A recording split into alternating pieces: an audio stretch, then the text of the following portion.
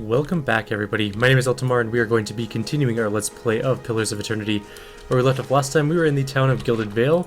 I actually had a little bit recorded before this, but the game crashed, and I just got rid of it. It was nothing important, just a brief recap of where we had been.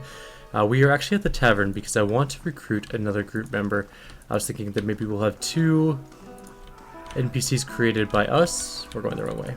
And 4 from the game itself. So I would like to let's go hire some help. So we can get a level 2 adventurer, which is what I think we're going to do. 500 copper, let's do that. It's going to be a bunch of money, but we will make that back. Hopefully. We're going to make a female character.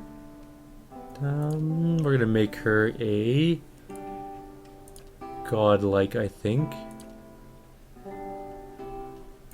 Because there was it the fire ones?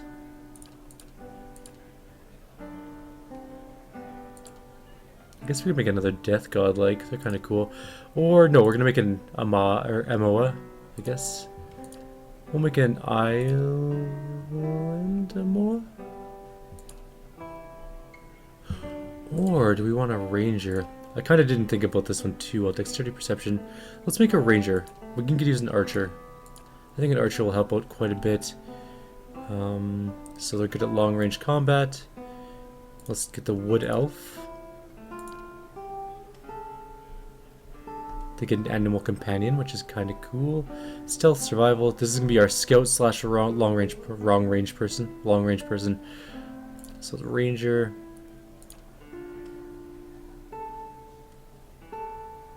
Single target's price. So it's a hunter's mark, basically. Sure, what's wounding shot? Causes them to be hobbled, but we're gonna go with marked prey. I'm going to take a lion companion or bear companion, wolf companion. High damage, I like that. What's a stag companion? An area of effect companion, basically. Bear companions are pretty good. Boar companion, lion companions, a terrifying roar. Antelope.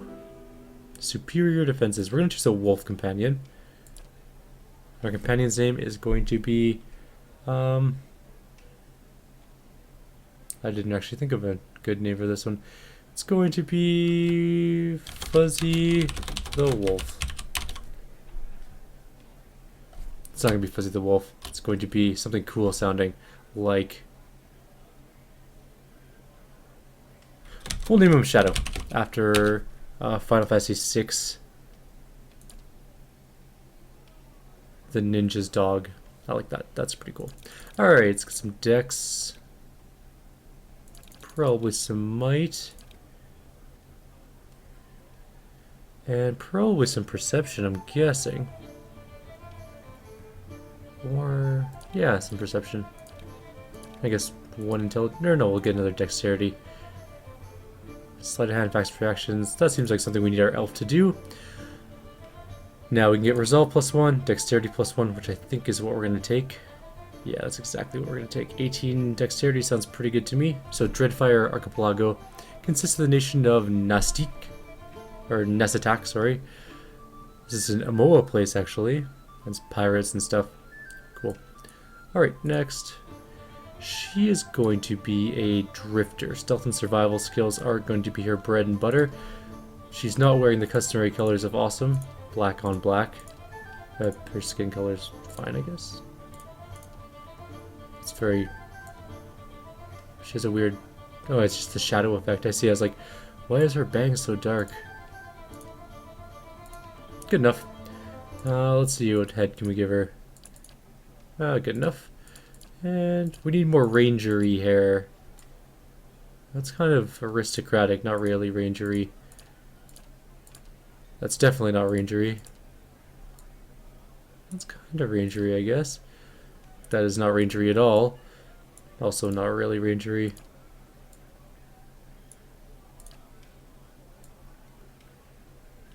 Sort of messy. That just looks very Tolkien-esque. Ponytail. That looks, I guess, okay. That's got too much gel in it for being in the wilds for a long time. Let's just choose generic hair number 16. Good enough. Next. And she will look like...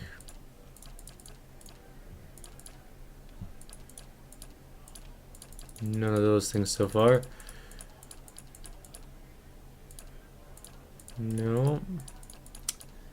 Oh, these are all males, so probably not those. They have a lot of cool portraits, I'll give it that. I guess the closest one to her is kind of like that. Though she doesn't have white hair, but close enough. Yeah, I've got this. Easy now. Leading the way. Let's keep quiet. Good enough. Her name's gonna be Elira. Accept. Done. And we'll level her up to level 2. She's gonna grab more stealth, obviously. More survival. Probably 2 more survival. Or, I kind of want to... if I save these, do they carry over? I'm hoping so. Maybe some athletics. She needs to be good at fighting too. Okay, so she can get class skills, which are Vicious Companion, which gives our animal companion more damage. Resilient Companion, more damage reduction. Some defenses, Merciless, or we can get things like Marksman. Or...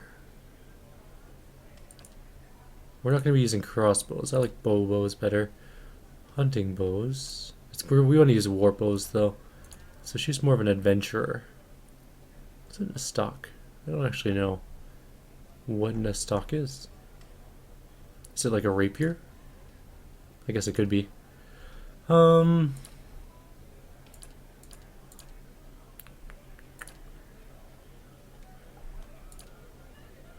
let's grab Marksman. Marksman sounds pretty generic. We're not really sure what bow we're going to be using for a while anyways. As you wish. Alright, now we have technically 5 group members, I guess. We're going the wrong... oops, oh crap, I tabbed out. It's sort of annoying how my mouse goes off screen. So we have a wolf. The wolf doesn't have a portrait though, so I'm not really sure how to keep it alive.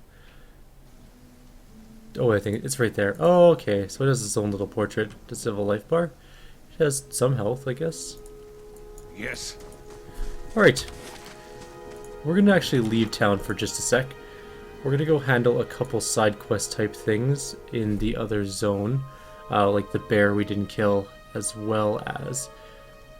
but there's probably some secret stuff we didn't look for because we weren't in survey mode.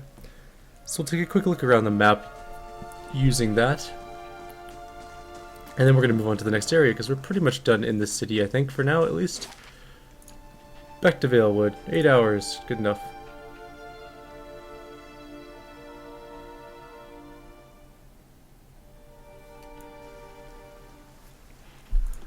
Alright.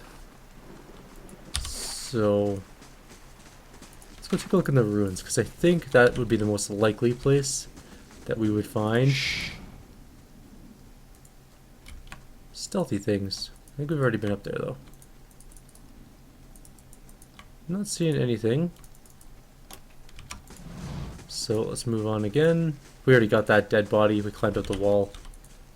It worked out pretty well, actually. Nice and quiet. Did we loot these things? Let's take all the fruit.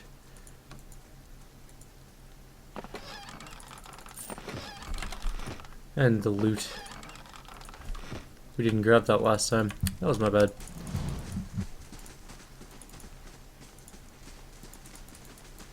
And we're of course going to watch out for combat. We have a wolf with us. Blade in the dark.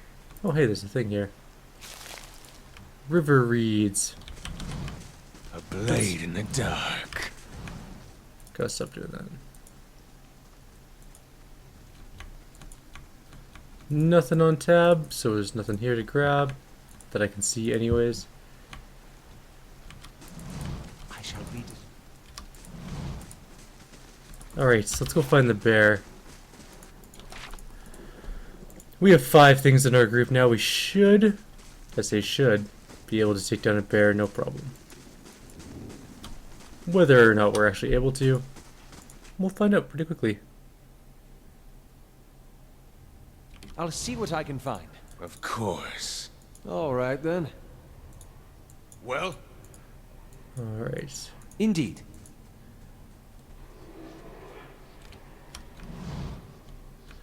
he There's won't definitely see something me in this coming. cave.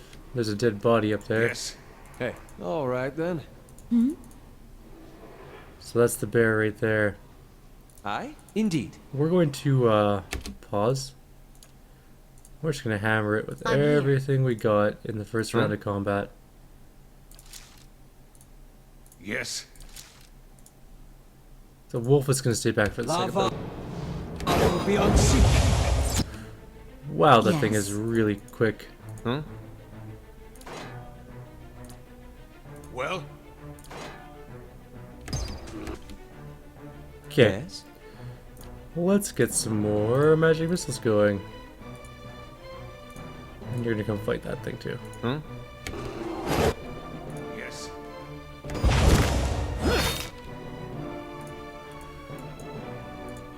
Yes. It's already taken a big swipe out of my main Aye. character, but that's okay. Eat it. Lava will be unseat. Come on, magic missiles. Take the bear down.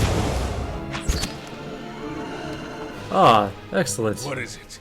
Not nearly as bad as I was Take thinking. care of it. I mean, my main character took a little bit of punishment. Let's keep quiet. There's a spirit here we can talk to. Hi, spirit. Lost spirit. A figure drifts, suspended in the musty air of the cavern. Its form and features blur and twist in cascading ripples of incandescence. You feel its energy eddying about your limbs, filling them with a heavy chill. I reach out. You reach out a hand for the spirit. In the moment of contact, you feel as if you have been struck a blow, head reeling as you tumble helplessly into a waiting darkness. Light blooms at the edges of your vision. You feel the sun at your back and the weight of a bow in your hand. You know suddenly that you have come a long way from the vale, hunting deer. Now you are standing before a cavern, and the darkness extends far into its depths. Even so, your friend strides out before you, his red cloak flapping at his heels.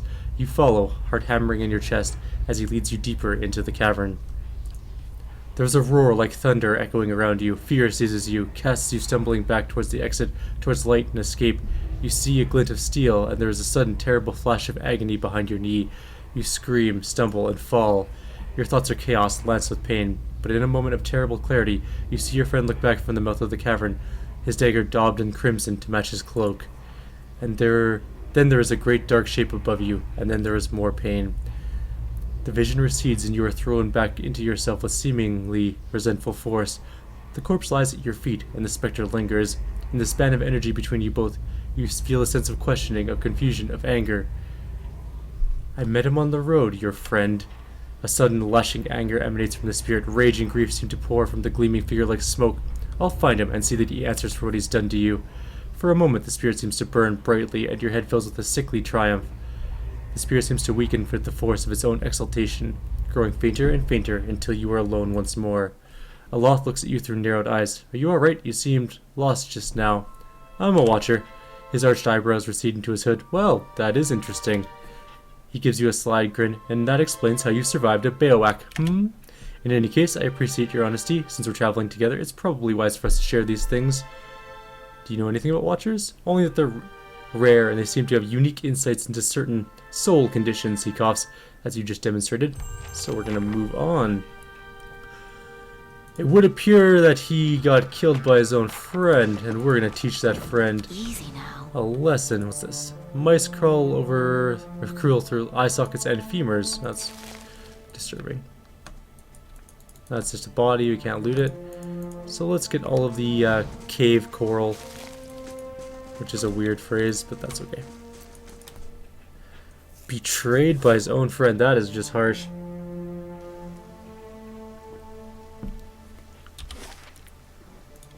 Alright, let's go back and deal with that small problem.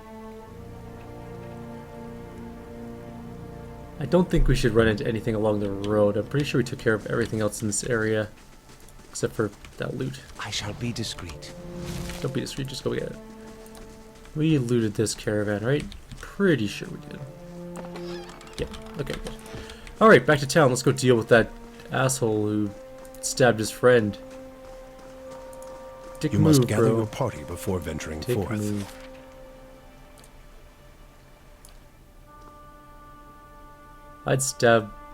I'm gonna go stab him in the face for his murder. Although, I have to be aggressive and cruel about it, so maybe I'll torture him first.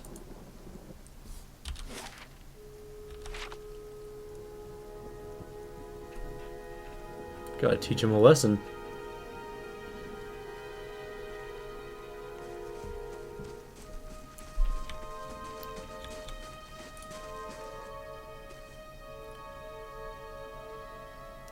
Hey there, you.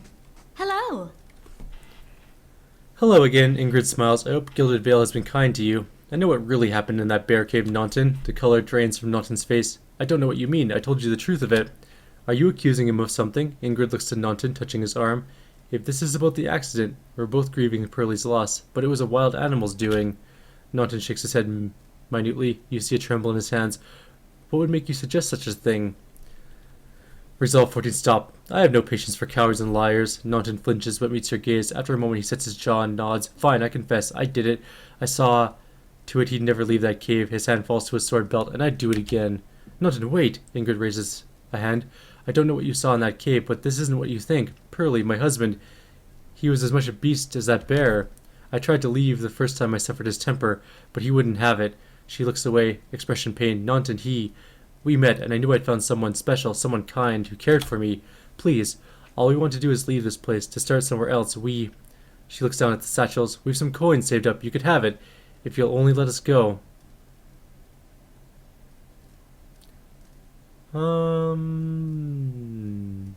Cruel and aggressive. Pearlie doesn't get a second chance. You two don't deserve one either.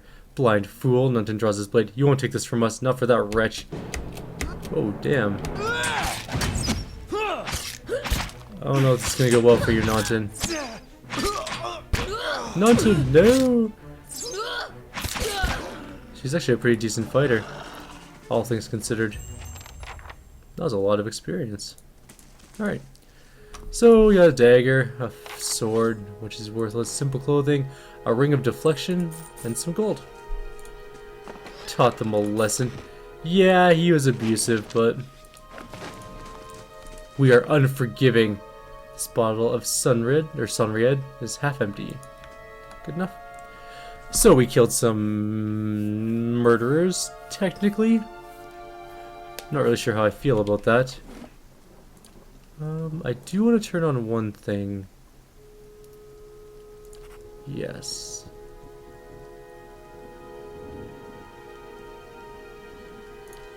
Just because I want to see what the, some of them aren't obviously aggressive or anything like that.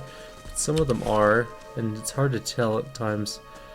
We're gonna head out towards the next area, and we're gonna go find another group member, I think. Hopefully. What's our journal say? Where are we going?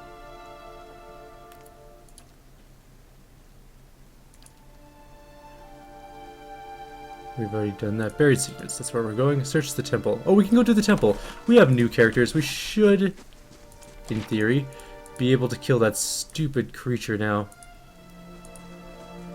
The one that kicked our ass the last time we went down there. Although we should rest ahead of time. Because we used up some spells. Fine, I'll camp in the basement. You can't stop me from camping. We can also buy more camp supplies at the inn, which we will do before we leave town. Let's go see if we can't finish this little quest.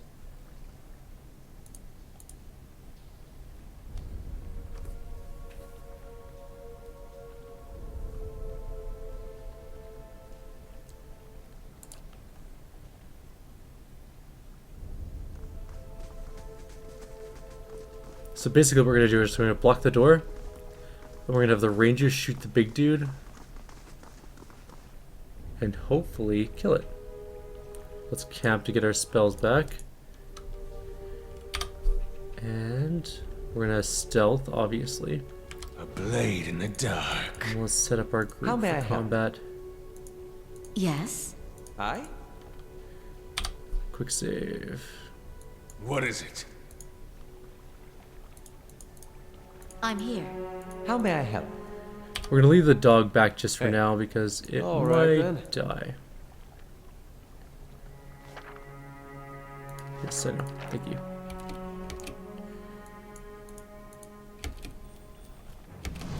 Okay. You're gonna Hey. go you're in defensive mode. Well. Good. And you are going to hunter's mark that guy. How may I help? And you are gonna hammer it with spell scope. Lava will be unseat. Aye? Lava will be unseat. So we're just gonna do as much damage to the king as possible. Because he hits like a freight train.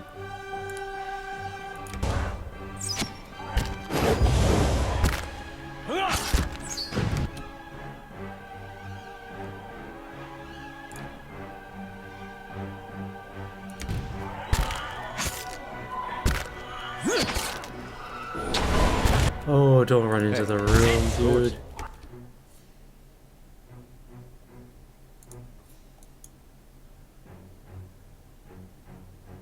Hey. Is there like a stand ground button where they don't run off?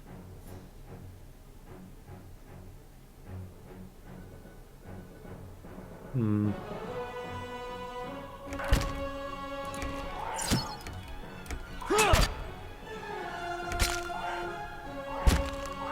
It's not working! Yes? Okay, the king's at 1 health. The other ones are at 1 health. This should go okay. Excellent, we made it. Damn, that fight was actually pretty tough. I'll take care of it. A haze fills the air, coalescing steadily into a blur of dust and mist. It gathers into the outline of what appears to be a dwarf, a shimmering echo that fades in and out of sight. But stronger than sight is the sense within you of a powerful energy that roils and seethes with the grief that seems to spill into your own thoughts, tainting them until the sorrow is your own. Like a crashing wave, the energy surges towards and into you, and suddenly you are elsewhere. Before you is a brightly lit stone corridor lined with torches and gleaming crystals. You're running, your footsteps echoing off the stone around you. You forgot to tie your sandals, and they're slipping from your feet, fouling your steps. You're late, again. The right's going to begin without you. You hear the tolling of a bell, and your spirits lift as you recognize the familiar warped tone of the right hand representing the first of the dawn stars to appear in the night sky, and last to fade in the dawn light. You pray fiercely that this is the first of the chimes and not the last. The lights fade, as does the memory, and when your eyes clear, the spirit is gone.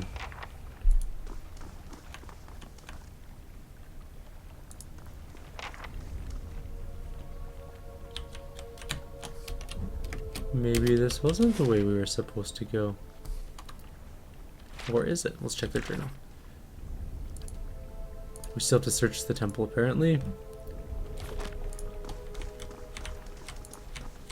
So there must be more places to go. There's that door there we haven't gone into yet, so we'll do that next. We probably should have bought more camp supplies, but we're pretty good for stuff right now. Oh, right, this is that locked door that we can't get into. 10 mechanics. Or 9 plus 10 lockpicks. That's an insanely hard to get into door. Maybe there's something in here like a key. Let's keep quiet.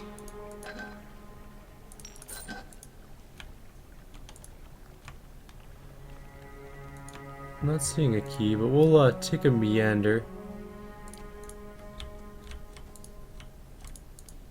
Maybe we have to ring the bells. They are touchable.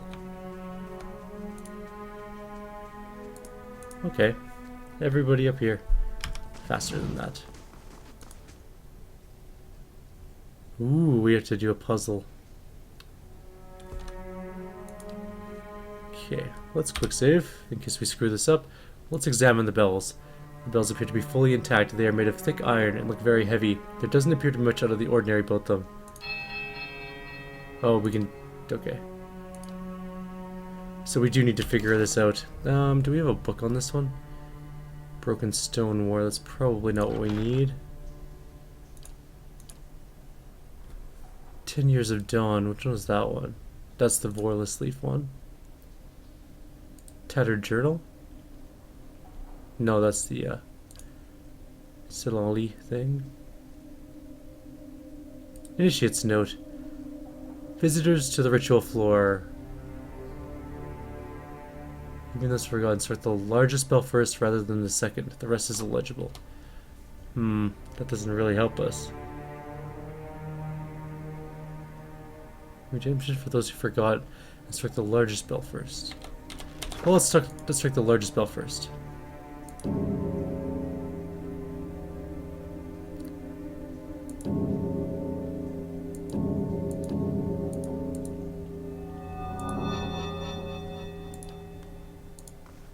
Did it work? Nope. Okay, we're gonna have to go search around and see if we can find more notes.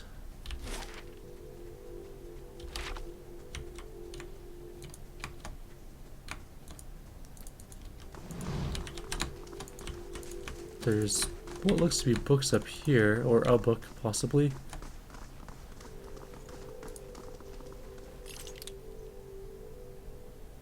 One mechanic and 2 lockpicks. Who has mechanic skill?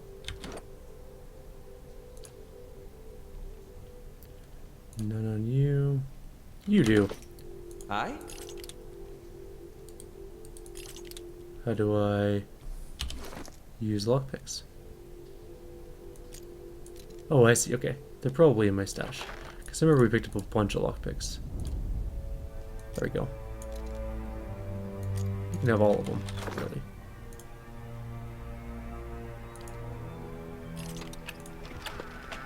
Well, that wasn't helpful. I was kind of hoping that would give us a book. Book of Verses and the Great Western Stag. Maybe one of those is helpful. As you wish. What are you looking there? And I think we already checked that bookshelf too. Yeah. Okay, let's read these ones and see if we can find out where we're supposed to be going. One day, Aethys was sitting on a wall watching a cat play in the sun. A crystal hung in a nearby tree had fragmented a sunbeam and scattered small motes of light on the ground. They danced around the cat, sliding over him as he frantically batted at them. He spun in place, following one as it rushed past him, and leapt up, trying to pin it down. Aethys smiled, amused by the animal's tenacity. The cat landed on the spot, placing his paws over it, only to watch it flit away again. Aethys watched the cat's tail twitch and slap the ground, annoyed that his prey could not be pinned. "Why must you tease him?" a voice said from behind him, accompanied by the crunch of sandals on gravel. "I merely bring the dawn," Aethys responded. "I don't stoke the hunter's heart. That's your responsibility, isn't it?" "True," said a second voice, "but neither do you quell it. If the hunt... Oops. Ah, no, I screwed up. "True," said the second voice, "but neither do you quell it. If the hunter could not see his prey, would he still hunt?" "So philosophical, Hylia," Aethys said, and turned to greet the 2 gods that approached him. "Have you come to debate the parallel between sight and desire?" He gestured to the wall, inviting Hylia and Galawain to join him. They sat in silence, watching the cat, who continued to hunt the sun, fruitlessly swatting at another mote, and then rolling onto his back. "I have created the ultimate prey," Aethys said finally, breaking the silence. "It can be tracked, it can be followed, it can be seen, but it can never be caught." Galawain laughed lightly. "You don't agree, Galawain?" Aethys asks. "Well, it is true that your creation is elusive. It can hardly be considered the ultimate prey because it can never be caught." He paused, his brow furrowed, and thought, "If that mote of light had substance, a hunter could subdue it. Otherwise, it's merely a dream. Truly a fruitless endeavor." "All creatures spend their lives chasing fruitless endeavors," says Hylia. "It is the way of mortality." Galawain laughed again. "I could create a creature, a living creature of flesh and blood that could never be caught. I make your dream a reality." Now it was Aethys' turn to laugh. "You propose turning a fruitless dream into a fruitless reality. How is this any better? A life spent in the pursuit of attainable goal far exceeds any other. But you just said no one could catch this creature. It is not attainable." Galawain smiled. "Humanity has surprised us before. Indeed, it could surprise us again. I will create a great white stag, and I will set it free in the world. It will have grace, resilience, and tenacity. It will exist solely to be pursued for all its days, and it will never be caught. It will serve to inspire the hunt for generations to come. All those who wish for glory will invoke my name. All those who hear its story will ask my blessing in finding it." Hylia shook her head and threw Galawain a bemused look. "I do not believe this is possible, so I too make an offer. To the person who catches this stag, and they will catch the stag, I will bestow upon them its grace, resilience, and tenacity. Thrice blessed they will be. They will ask for my blessing on the hunt, so they can attain my boon. Galawain and Hyliat took up, arguing whose name would be invoked more when the hunt was on. Aethys sighed, a small smile playing at the edges of his mouth. He stood and looked to the sky. The sun had already started to hide itself behind the mountains. The cat, long ago tired of stalking the moats, had fallen asleep beneath the tree. He turned and looked at the other gods deep in debate and sighed again. I merely bring the dawn, he repeated as he made his way down the path. It is up to you to see what I reveal. Cool. This is the Book of Verses, so maybe this will tell us what to do. This small volume of verses and psalms is somewhat battered, suggesting it used to be carried on someone's person. The pages are dog-eared and worn, and the gold threads which form the title of the book have begun to fray. The book tends to open to a particular section where someone has marked a verse with a small blotch of ink. Ednung, the bright star, spoke, and her voice was like a clarion cry, calling his soul forth. He knew her for the right hand of the shining god and was afraid. O wanderer, hear me. You are known to us, and your deeds put you far from salvation. And he wept, for he knew that his sins lay bare before this great illumination. Then Sargamus spoke, and his voice swept forth with the heat and force of the bright day's sun. Weep not, for child of light has forgiveness even for you. You will embrace him. Harmkey knelt before him, then resolved to save himself, and asked what he must do. And Modagun spoke. Her voice was the songbird's final hymn, bidding farewell to the day's light.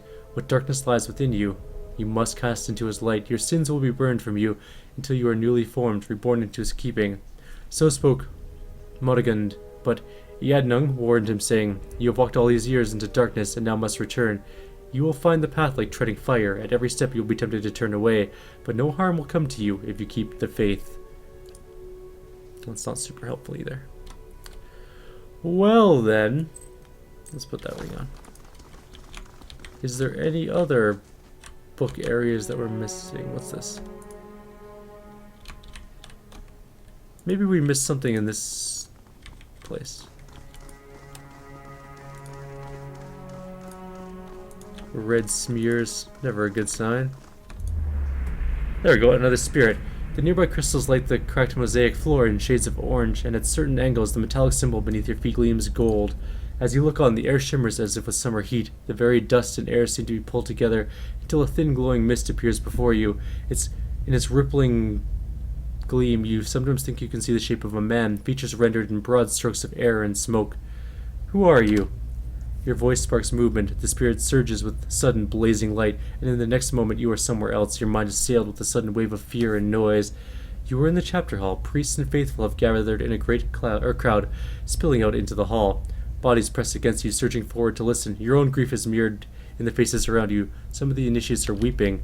Someone has snuffed the candles, and the room is dark, save for the podium, lit from behind. Two people stand before it, lit in silhouette.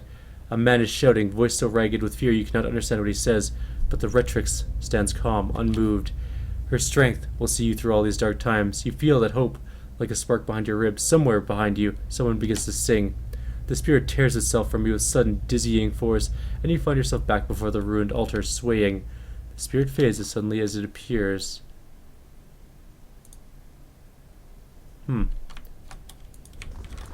I mean, I do have the guide, so I don't really need to explore too much if I don't need to, but I want to figure this out on our own without resorting to the guide. Although we are at half an hour, so I might pause the video here, and in the next video we'll continue. Oh, there's another spirit here. Let's keep quiet. I saw a ghost. It just didn't... Ghost? Anyways, we'll end the video here and we'll continue on in the next video. Like always, if you guys have any suggestions or comments, please leave them below. Otherwise, I'll see you guys next time.